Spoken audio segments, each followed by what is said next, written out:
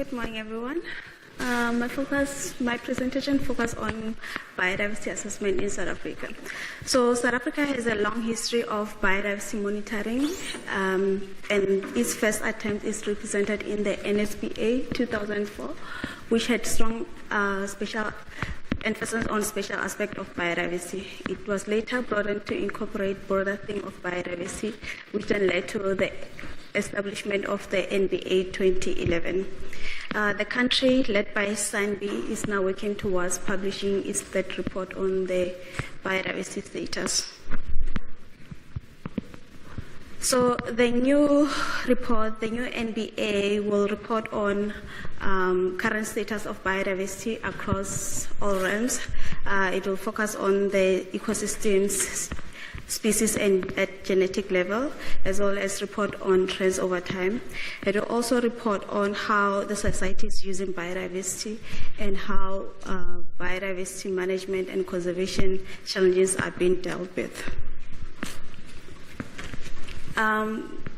Like in many parts of the world, South Africa developed this assessment framework in an absence of internationally accepted guidelines. So when it developed this, there was no standard framework as to guide how the development should be. So as a result, this has caused confusion when it comes to reporting and some inconsistency. In an attempt to deal with these challenges, IUCN then developed a set of guidelines to standardize the assessment across all realms.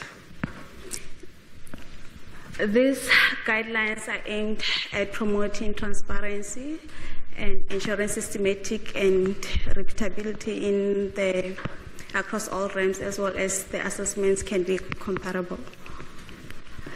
So, because we now have an international framework or international standard of conducting the assessment, there has been increased pressure for South Africa to comply with the standards. So, but before South Africa can comply, we need to compare our own national approach of the assessment to the IUCN. So, just to see how different or similar they are. So, the first thing we did was to compare the two criteria that assesses spatial symptoms of ecosystem collapse. That is IUCN criterion A and South African criterion A1. So these two criteria identify ecosystems that have experienced significant reduction in geographic distribution, and then criterion D and C identify ecosystems that are small or that are restricted in geographic distribution and at risk of collapse from interacting with threatening processes. To conduct the assessment, the assessment was done using the terrestrial ecosystems, and then we did that we first did the data preparation process as well as documenting the steps we took in the model builder, and then we automated the assessment in R using the redlistr package that was developed by the IUCN.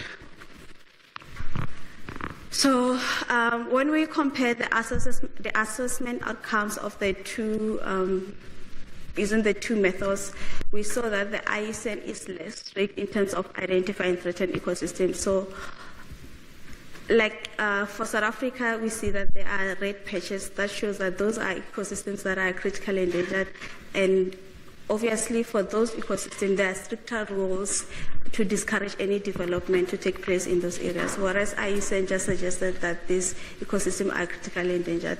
So there's some land use. It obviously affects the land use activities. So it's a decision that South Africa has to make. If we are going to go with the IUCN approach or we're going to stick with the South African approach. So, as I said, it's less strict, and then we have started engaging with the international audience just to try to establish that relationship as well as to give us guidance in terms of how do we conduct the assessment. After all, this is new. It's not necessarily clear as to what needs to be done. So we have established that relationship with the IUCN. And then in terms of, as I said, in terms of aligning with the international, is still not clear as yet if we are going to align with the IUCN. Maybe for the future assessment we might, but there are still things that needed to be sorted out, and most importantly was the scale, because most of the criteria obviously have been developed at the international level. So South African ecosystems are small, and then they don't get to be picked up by the IUCN, for example, the IUCN threshold that they use. So that is why now we have instances whereby South Africa is saying that these ecosystems are threatened, but the IUCN is saying that they're not. Thank you.